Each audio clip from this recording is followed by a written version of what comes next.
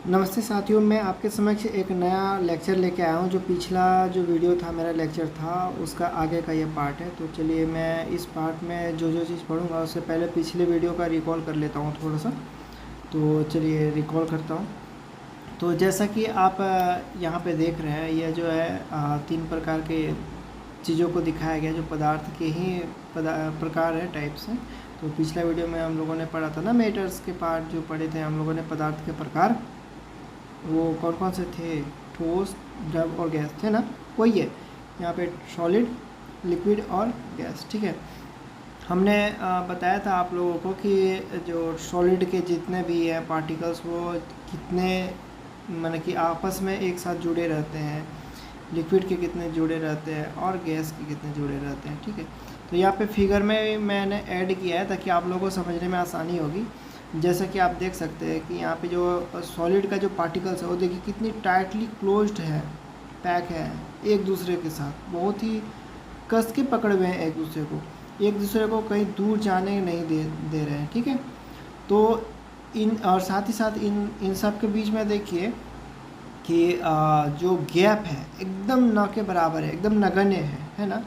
अब इसके बीच में एयर गैप तो है नहीं, इसको कॉम्प्रेस्ड यदि हम लोग करेंगे, ठीक है, कंप्रेस करेंगे तो क्या होगा, ये कभी एक दूसरे के बीच में चिपकेगा, क्योंकि स्पेस है ही नहीं तो चिपकेगा नहीं, संभावना ही नहीं है। वहीं यहाँ पे लिक्विड में देखिए, यहाँ पे स्पेस है, स्पेस हमारे यहाँ पे दिख रहा है ना।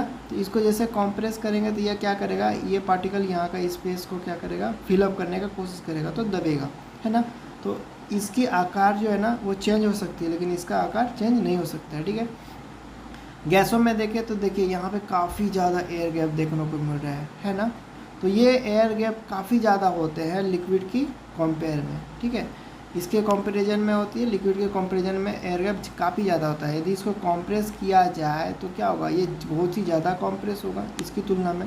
ठीक है, और इसका जो कंप्रेशन जो है ना, इसका कंप्रेशन जो प्रॉपर्टी है वो न के बराबर माना जाता है। ठीक है, इसका तो होता ही नहीं है, और इसका कंप्रेशन काफ़ी हाई होता है गैसों का। जैसे कि हम लोगों के गैस सिलेंडर जो होते हैं घरों में खाना बनाने के लिए, जिसको लिक्विड पेट्रोलियम गैस एलपीजी कहा जाता है, वो क्या होता है, गैस का ही एक रूप है जिसको कंप्रेस करके, हाईली प्रेशर के द्वारा कंप्रेस करके, यानी कि उसको संपीड़ित करके एक सिलेंडर में डाला जाता है जो लिक्विड फॉर्म में होता है। ठीक है, तो यही है, गैसों का कंप्रेशन के द्वारा इनके कणों को आपस में एक जगह पे इकट्ठा कर देना, ताकि इनको जो है ना कन्वे करने में, ढोने में आसानी हो। ठीक है, तो इनमें क्या होता है कि यदि कंप्रेस करेंगे तो इसका क्या होगा, आकार में चेंज हो जाएगा, है ना, आयतन में भी चेंजिंग होगी। लेकिन इसका क्या होगा, आयतन में चेंजिंग कभी नहीं होगा, क्योंकि इसमें न के बराबर कंप्रेशन होता है। ठीक है, और इसमें तो होता ही नहीं है,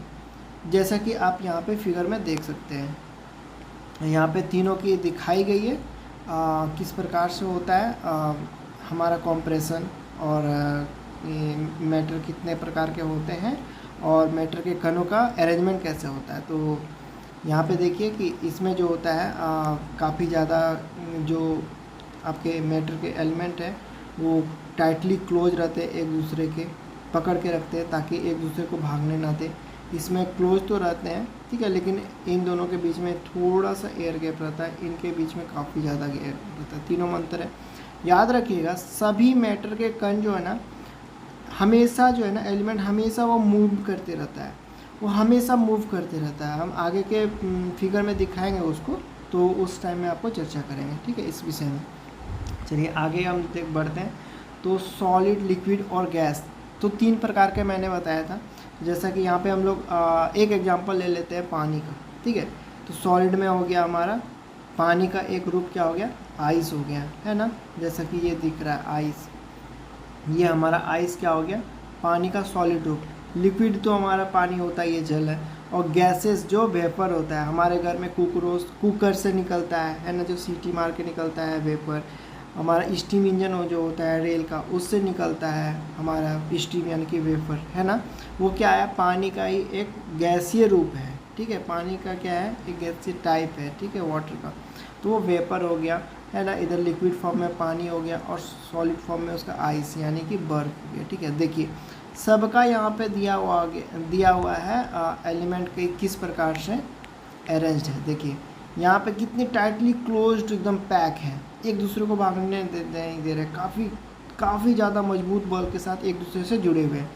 लिक्विड में देखिए जुड़े हुए हैं बल के साथ, लेकिन क्या है, थोड़े से वीक हैं किसके तुलना में, किसके कंपैरिजन में, सॉलिड के। और गैसों में तो न के बराबर जुड़े हुए हैं, इनका जो है ना कण जो है ना आपस में फ्रीली मूव कर रहे हैं, इधर उधर भाग रहे हैं। ठीक है, अब हम लोग देख लेंगे कि इनका जो है ना जो स्टेट है, यानी कि तीनों अवस्थाएं हैं, इनमें क्या क्या होती है एनर्जी के बारे में। ठीक है, एनर्जी लेवल के बारे में देख लेते हैं, यानी कि हॉट या कोल्ड। ठीक है, तो कोल्ड के रूप में यदि हम लोग देखें तो सबसे पहले हम लोगों का स्टेट यदि हम ले कौन सा, सॉलिड फॉर्म में यदि बर्फ को ले, और दूसरे में हम लोग लिक्विड, तीसरे में हम लोग गैस को ले। तो इसको जैसे ही इधर की ओर असेंडिंग की ऑर्डर पे चलेंगे तो सबसे पहला मेरा क्या होगा, ये आएगा, फिर ये आएगा, फिर ये आएगा। यानी कि सबसे पहला नंबर पे जो रहेगा वो क्या है, हमारा सबसे कूल है, यानी कि सबसे ठंडा होता है ना। इसका टेम्परेचर काफ़ी लो होता है। इसका क्या होता है, इसके कंपैरिजन में टेम्परेचर थोड़ा हाई होता है, और गैसों में क्या होता है, ज़्यादा हाई होता है ना। इसीलिए हम लोग क्या होते हैं, गर्म पानी से यदि हम लोग हमारे हाथों में लग जाए, और यदि भाप यदि गर्म हमारे हाथ पे लग जाए, तो सबसे ज़्यादा तीव्र गति से हम लोग जलेंगे किसमें, तो भाप से जलेंगे। ठीक है, ये याद रखिएगा। क्यों, क्योंकि गैसों में जो होता है ना, एनर्जी जो होता है, हीट एनर्जी काफ़ी ज़्यादा होता है ना। तो देखिए यहाँ पे स्केल के रूप में भी बना के दिखाया गया है कि जैसे जैसे हम लोग बाएं से दाएं ओर जाएंगे, यानी कि सॉलिड से गैस की ओर जाएंगे, तो हमारा टेम्परेचर कैसे हाई होते जा रहा है। ठीक है, तो टेम्परेचर लेवल भी देख लिए हम लोग यहाँ पे, उसका एनर्जी लेवल देख लिए, साथ ही साथ उनका जो बॉन्डिंग है मैटर का, ठीक है, उसके एलिमेंट्स का, उसको भी देख लिया। अब आगे चलते हैं, हम लोग आगे देखते हैं कि क्या होता है। तो यहाँ पे इस फिगर में काफ़ी ज़्यादा हम लोगों को ब्रीफली समझने को मिल रहा है कि सॉलिड, लिक्विड और गैस तीनों को एक साथ यहाँ पे कंपैरिजन करके दिखाया गया है। जितना भी अभी हम लोग डिस्कशन किए ना, सारा इस फिगर में ड्रॉ किया हुआ है। ठीक है, तो चलिए और भी अच्छा लगेगा यहाँ से समझने में, चलिए समझते हैं। तो देखिए यहाँ पे पहला मेरा सॉलिड है, फिर लिक्विड है, फिर गैस है। ठीक है, देखिए सब का जो है एलिमेंट का यहाँ पे दिया हुआ है ना, कि किस प्रकार से इसके एलिमेंट एक दूसरे के साथ जुड़े हुए हैं, किस प्रकार से मूव कर रहे हैं, है ना। तो सबसे पहले हम लोग देख लेते हैं इनके बीच में जो बंध है, यानी फोर्स है, उसके आधार पे तीनों में कितने हैं, कैसे कैसे हैं। तो रिजिड है, यानी कि ये एक दूसरे के साथ काफ़ी ज़्यादा टाइटली पैक्ड है ना, यानी कि पूरे कस के पकड़े हुए हैं, एक दूसरे को भागने नहीं दे रहे हैं किसी भी कण को, है ना। इसलिए क्या है, इनका जो है ना फिक्स्ड शेप है, यानी कि ये बदलेगा ही नहीं। जब पैक है, जब एक दूसरे को काफ़ी तेज़ी से काफ़ी ज़्यादा फोर्स के साथ, काफ़ी एनर्जी के साथ बांधे हुए हैं, तो वो खुलने का नाम नहीं लेगा, एक दूसरे को मूव करने देगा नहीं, वो फ्री नहीं होने देगा। तो क्या करेगा, इसका फिक्स शेप भी हो जाएगा, है ना, बदलेगा ही नहीं शेप। जब मूव ही नहीं करेगा इसका एलिमेंट, तो शेप बदलने का नाम ही नहीं होता है। वॉल्यूम, जब इसका शेप भी नहीं बदलेगा तो इसका क्या होगा, वॉल्यूम भी मेरा फिक्स रहेगा, बदलेगा ही नहीं, है ना। इसके कण के बीच में क्या है, हमारा एयर गैप नहीं है, तो इसको कभी भी हम लोग क्या कर सकते हैं, संपीड़ित कर सकते हैं, कॉम्प्रेस कर सकते हैं, नहीं, है ना। इसमें चलिए नहीं हुआ। अब चलते हैं लिक्विड में। लिक्विड में क्या आता है, नॉट रिजिड, ये एक दूसरे के साथ पैक्ड तो है, लेकिन कोई ये इनके साथ कोई कसम खा करके नहीं है कि भाई मैं तुझे नहीं छोड़ूंगा, छोड़ देते हैं, है ना, इधर उधर चला जाता है कि नहीं। तो जिसके कारण से क्या होता है, इसका शेप जो होता है ना फिक्स नहीं होता है, इसलिए इसको जिस भी बर्तन में रख देना वो उसका आकार ले लेता है। ठीक है, उसके बाद यदि फिक्स शेप नहीं है, उसके बावजूद जो है ना इसका जो वॉल्यूम है, यानी कि इसका आयतन जो होता है वो फिक्स होता है। क्यों, इसलिए फिक्स होता है क्योंकि इसमें कॉम्प्रेशन का कोई इफेक्ट नहीं होता है। यदि कॉम्प्रेस्ड करेंगे तो इसमें क्या होगा, इसके कण आपस में एक दूसरे के साथ जुड़ जाएंगे बिना, तो इसके बीच में जो एयर गैप रहता है इतना कम होता है कि उसको नेगलेक्ट कर देते हैं, है ना, वो न के बराबर इसको मान के चलते हैं। इसलिए इसका कॉम्प्रेस यदि इसको करते हैं तो इसके आयतन में कोई फ़र्क नहीं पड़ता है, इसलिए इसका आयतन क्या होता है, फिक्स रहता है। इसे यदि ग्लास में रखें तो यह ग्लास में जितना मेरा आयतन छेका हुआ था, घेरा हुआ था, उतना यदि इसको बीकर में रखें तो उतना ही आयतन यह घेरेगा। ठीक है, अब चलेंगे हम लोग नेक्स्ट गैस के ऊपर।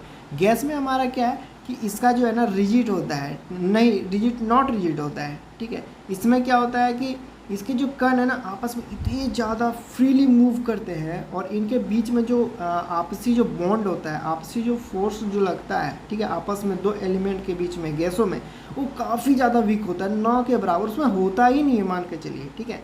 तो इस कारण से क्या होता है, इसके जो एलिमेंट्स हैं ना वो काफ़ी फ्रीली मूव करते हैं इधर उधर। इस कारण से इसमें क्या होता है, शेप तो होगा ही नहीं फिक्स, है ना, क्योंकि मूव कर रहा है इधर उधर तो शेप तो फिक्स होगा ही नहीं। तो इससे जब शेप फिक्स नहीं होगा और इसमें यदि हम लोग फोर्स लगाएंगे तो इसके बीच में एयर गैप बहुत ज़्यादा है, तो क्या होगा, कण काफ़ी ज़्यादा हमारे एक दूसरे को करीब करीब आएंगे, क्योंकि एयर गैप ज़्यादा है।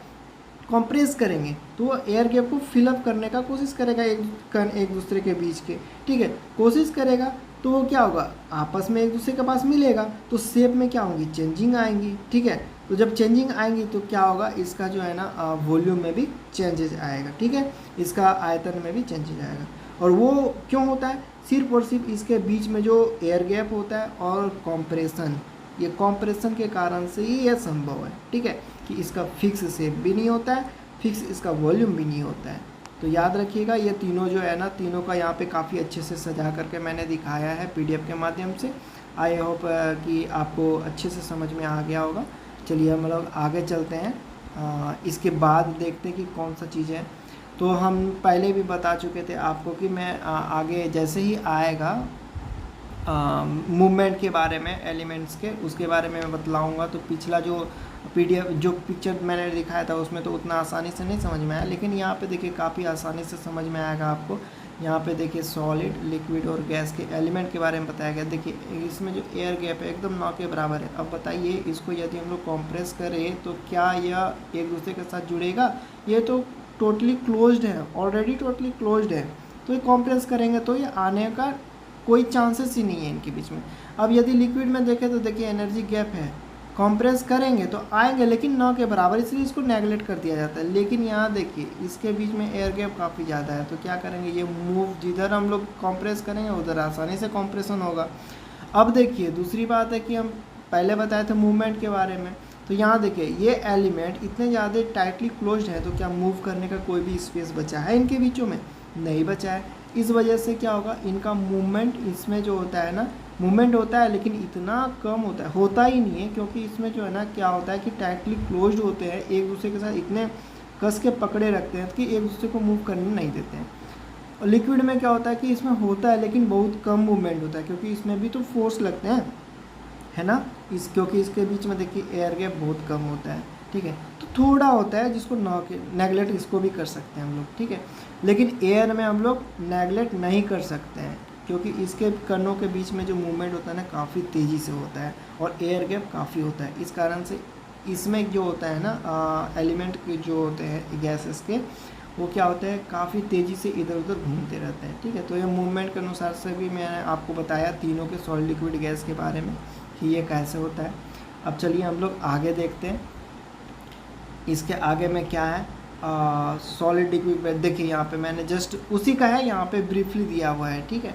देखिए इसमें क्या है, जो पहला जो मैंने पढ़ा था अभी हम लोगों ने डिफ्रेंशिएट किया था सॉलिड, लिक्विड, गैस के बारे में, वही चीज़ यहाँ पे दिया गया। देखिए टाइटली क्लोज्ड होते हैं ये, ठीक है ना, एक दूसरे के साथ बहुत ही ज़्यादा तीव्र गति से बांधे हुए रहते हैं, ठीक है, मूव नहीं कर पाएंगे। उसके बाद इनका जो रेगुलर अरेंजमेंट रहता है, इनका जो है ना एक दूसरे के साथ एक निश्चित आकृति, एक निश्चित वे में ये एक दूसरे से पैक्ड रहते हैं, ठीक है। उसका जैसे ही वाइब्रेट करेंगे, ये जो है ना माने कि मूव करते हैं ना, तो मूव ऐसे करते हैं कि स्पेस होता नहीं है, तो मूव कैसे करेंगे, तो वो अपने स्थान में ही वाइब्रेशन के द्वारा मूव करते हैं, ठीक है।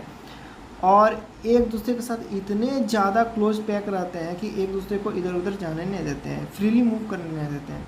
लिक्विड में क्या होता है कि इसमें भी टाइटली पैक्ड रहता है, लेकिन इसका अरेंजमेंट सॉलिड के तुलना में इरेगुलर होता है, यानी कि इसमें अरेंजमेंट जो होता है ना इरेगुलर होता है, यानी कि अच्छे से नहीं होता है, इधर उधर मूव करते रहते हैं, ठीक है, लेकिन ज़्यादा मूव नहीं कर पाते हैं। इसमें तो मूव करते हैं लेकिन वाइब्रेशन के तौर पे मूव करते हैं, वो अपने ही स्थान पे करते हैं। इसमें ये अपने स्थान पे नहीं करते हैं, इधर उधर करते हैं लेकिन थोड़ा सा मूव करते हैं, ठीक है।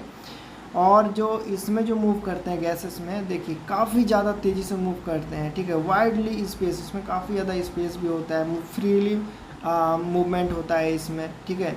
उसका नो बॉन्ड, इस इनमें कणों के बीच में कोई बॉन्ड होता ही नहीं, इतना ज़्यादा स्पेस होता है कि इन दोनों के बीच में जो भी फोर्स काम करता है वो कैंसिल हो जाता है, वो ज़्यादा स्ट्रॉन्ग नहीं रह पाता है, ठीक है।